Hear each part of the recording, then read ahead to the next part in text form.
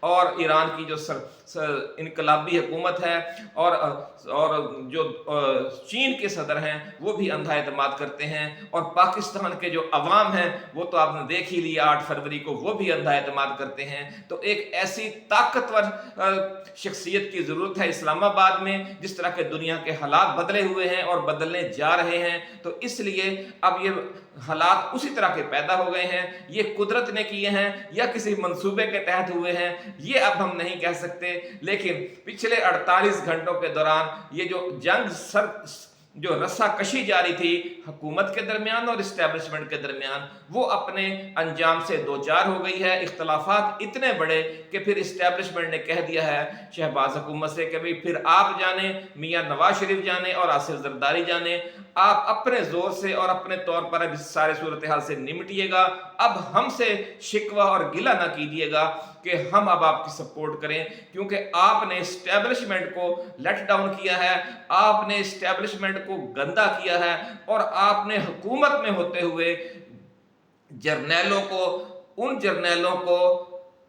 Parliament میں احتساب کے کٹہرے میں کھڑے کرنے کا اعلان کیا، اور قاضی فائز عیسیٰ کے ذریعے ان جرنیلوں کے خلاف فیصلے دلوائے جن جرنیلوں سے آپ کو شکوہ تھا کہ ایک مرحلے پر انہوں نے آپ کے خلاف پی ٹی آئی کو سپورٹ کیا تھا، حالانکہ یہی جنرل باجوہ آپ کو بھی دوبارہ واپس لانے والوں میں شامل تھے، اور آپ کا جو حالیہ اقتدار ہے وہ جنرل باجوہ سے کی گئی ہی ڈیل کا مرہون منت ہے۔ تو آپ جس سے اتنا بڑا فائدہ لے رہے ہیں اسی کے خلاف اب آپ نے انتقامی کارروائی شروع کر دی ہے، تو کل کو آپ ہمارے خلاف بھی کریں گے، یہ تو سیدھی سی بات تھی۔ تو اس رویے کی وجہ سے خود اسٹیبلشمنٹ کے درمیان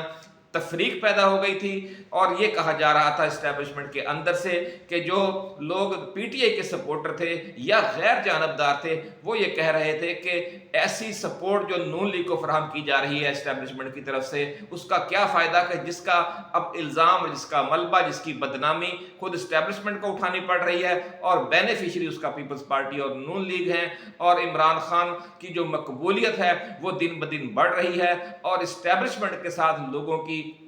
جو نفرت ہے وہ بھی دن بدن بڑھ رہی ہے، اور اس سلسلے کو اگر اب نہ روکا گیا تو پاکستان میں خوفناک ترین پولرائزیشن پیدا ہو جائے گی۔ یعنی یہ اسٹیبلشمنٹ میں بھی احساس موجود تھا، اور اس احساس کی وجہ سے وہ کسی موقع پر تھوڑا بہت ریلیف دینے کی جب کوشش کرتے تھے عمران خان کو، پی ٹی آئی کو، تو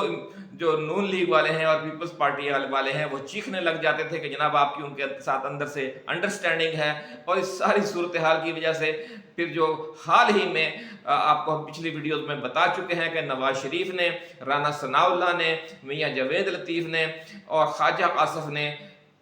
فوج کی ریٹائرڈ قیادت پر جو خوفناک حملے کیے، اور جس طرح انہیں کٹہرے میں اور پارلیمنٹ میں لانے کا اعلان کیا، وہ سمجھ لیں کہ اونٹ کی کمر پر آخری تنکا ثابت ہوا، اور اس کے بعد اسٹیبلشمنٹ نے یہ فیصلہ کر لیا کہ اگر انہوں نے ہماری بات نہیں ماننی تو پھر یہ اب اپنی مرضی کریں۔ اور جو موجودہ حکومت ہے اس میں خاص طور پر جو 2 وزراء ہیں جو اسٹیبلشمنٹ لے کر آئی تھی، وفاقی وزیر خزانہ محمد اورنگزیب رمدے اور جو وفاقی وزیر داخلہ جو سابق وزیر اعلیٰ پنجاب تھے، ان دونوں کو لے کر آئی تھی، لیکن ان کے راستے میں بھی بار بار رکاوٹیں کھڑی کی جاتی رہیں، اور ان کے لیے نہ کبھی ان کو کسی کمیٹی سے نکال دیا جاتا تھا، کبھی ان کا جو ایک عہدہ ہے جیسے وزیر داخلہ کے ساتھ کرکٹ بورڈ کے چیئرمین کا عہدہ تھا تو یہ مطالبہ رکھ دیا گیا کہ ان میں سے آپ ایک ختم کریں۔ تو یہ اس رسا کشی سے بھی تنگ تھی کہ ہم جو کچھ بھی کرنا چاہتے ہیں اس کے راستے میں آپ رکاوٹیں ڈالنے لگ جاتے ہیں، تو اس لیے اسٹیبلشمنٹ اب پیچھے ہٹ گئی ہے، اور انہوں نے کہہ دیا کہ اب آپ اپنے طور پر کریں۔ اب جب اپنے طور پر کرنے لگے تو پہلا فیصلہ ہی باؤنس بیک کر گیا ہے۔ انہوں نے اس معاملے کو قاضی فائز عیسیٰ نے مل کر اور نواز شریف اور شہباز شریف نے مل کر اس طریقے سے ہینڈل کرنے کی کوشش کی۔ 6 ججز کے حوالے سے جو 6 ججز کا جو خط تھا سپریم جوڈیشل کونسل کو، اس معاملے کو نمٹانے کے لیے جو کوشش کی وہ آپ نے دیکھ ہی لیا کہ جس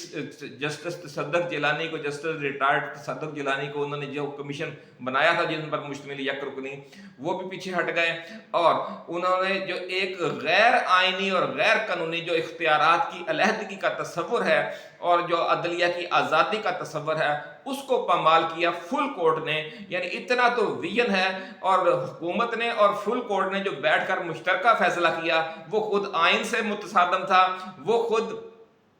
اختیارات کی علیحدگی کے قانون سے متصادم تھا, وہ عدلیہ کی آزادی کا جو تصور ہے اس سے متصادم تھا. تو اس لیے وہ آگے نہیں چل سکا اور 48 گھنٹوں کے اندر ہی پنکچر ہو گیا. اب وہ ہنگامی طور پر کچھ نہیں کر سکتے تھے تو فوری طور پر انہوں نے از خود نوٹس لے لیا ہے. لیکن ذرائع کا کہنا ہے یہ ہے کہ یہ از خود نوٹس بھی ان کے گلے پڑنے والا ہے, کیونکہ وہاں پر جو گفتگو ہونے جا رہی ہے, جو وہاں پر خوفناک انکشافات ہونے جا رہے ہیں, ان کی وجہ سے اس کی چولیں ہل جائیں گی. بلکہ یہاں تک کہا جا رہا ہے کہ شاید پشاور ہائی کورٹ سے اور لاہور ہائی کورٹ سے بھی 2 مزید خط سپریم جوڈیشل کونسل میں یا چیف جسٹس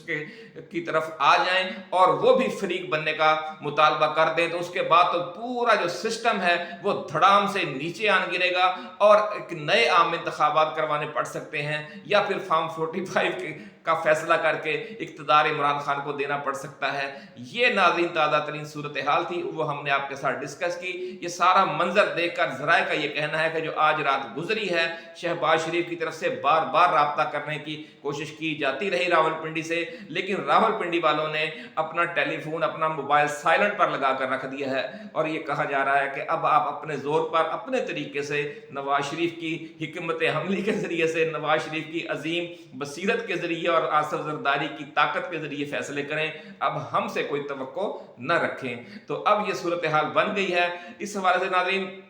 جو معروف آسٹرالوجرز ہیں ان کی پیش گوئیاں آج ہم نے آپ کے ساتھ شیئر کی. ان کا یہ کہنا ہے کہ عمران خان کو جو فائدہ ملے گا, یہ جو داخلی خلفشار ہے اسٹیبلشمنٹ میں نون لیگ کے حوالے سے, کیونکہ جو ریٹائرڈ آرمی چیف ہیں مختلف اور جو ریٹائرڈ جرنیل ہیں وہ بھی سخت برہم ہیں, اور جو فوج کے اندر بھی بہت سے لوگ ہیں وہ یہ سوالات اٹھا رہے ہیں کہ ہم جن کے اتنے لاڈ اٹھا رہے ہیں وہ ہمارا ایک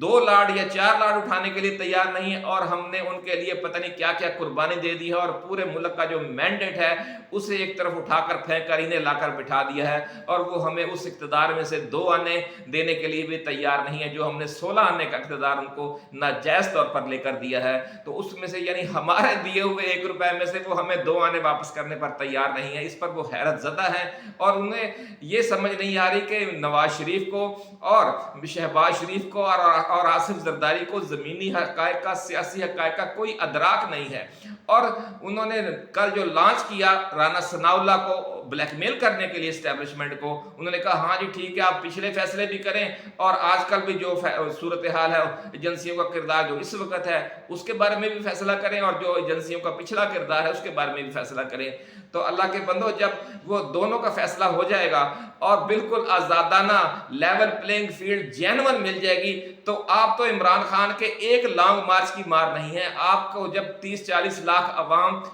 اسلام آباد کا رخ کر لیں گے, آپ کا کوئی سپورٹ بیس اس وقت بچا ہوا نہیں ہے. اگر دونوں کو اگلے ایک دفعہ پھر نئے عام انتخابات میں دھکیل دیا گیا اس کشمکش کے بعد, تو پھر آپ کا تو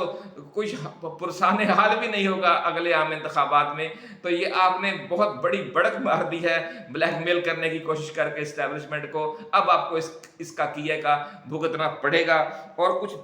یہ پیش گوئی بھی کی ہے کہ سمجھ لیں کہ الٹی گنتی بالکل جاری ہے اور یہ کسی بھی وقت دھڑام سے نیچے گر سکتی ہے. پچھلی ویڈیو میں ناظرین ہم نے آپ کو بتایا تھا کہ کسی بھی وقت شہباز شریف کا استعفیٰ متوقع ہے, یا یہ بھی ہو سکتا ہے کہ ایک دفعہ پھر کریک ڈاؤن کرنے کی کوشش کی جائے پی ٹی آئی پر. لیکن چونکہ عدلیہ بالکل آزادانہ فیصلے دینے لگ گئی ہے, جو پچھلے چند روز میں آپ نے دیکھا کہ جس طریقے سے فیصلے دیے جا رہے ہیں, یہ فیصلے آنے والے دنوں میں مزید زوردار انداز میں دیے جائیں گے. ایسا کہنا ہے آسٹرالوجر ڈاکٹر محمد علی کا, ڈاکٹر عمر فاروق کا اور ایم اے شہزاد ایڈوکیٹ کا. انہوں نے کہا ہے کہ آپ یہ دیکھیں گے کہ آنے والے دنوں میں بالکل مفلوج ہوتی ہوئی نظر آئے گی اور ان کے پلے کچھ نہیں ہے اس وقت، کیونکہ یہ جو حکومت یا یہ جو اسمبلی ہے اس نے جو ایک حلف لیا تھا وہ انتہائی نحس وقت میں حلف لیا تھا، اور اس لیے ان کی زندگی جو ہے وہ گنتی کے چند ماہ ہے، اس شہباز حکومت کی زندگی بھی اور موجودہ اسمبلی کی گنتی بھی۔ اس لیے آپ یہ ان کی الٹی گنتی چونکہ اب شروع ہو گئی ہے، اور آپ یہ دیکھیں گے کہ یہ مئی اور جون کے جو 2 مہینے ہیں وہ ان کے آخری ایام بھی ثابت ہو سکتے ہیں۔ اسی کے ساتھ ناظرین اجازت دیجیے، ایسے ہی ایکسکلوسیو ویڈیوز کے ساتھ ہم جلد دوبارہ حاضر خدمت ہوں گے۔ آپ اپنا دوستوں، رشتہ داروں اور گرد و نواح میں رہنے والے تمام اہل وطن کا بہت خیال رکھیے گا۔ اللہ حافظ۔ پاکستان زندہ باد۔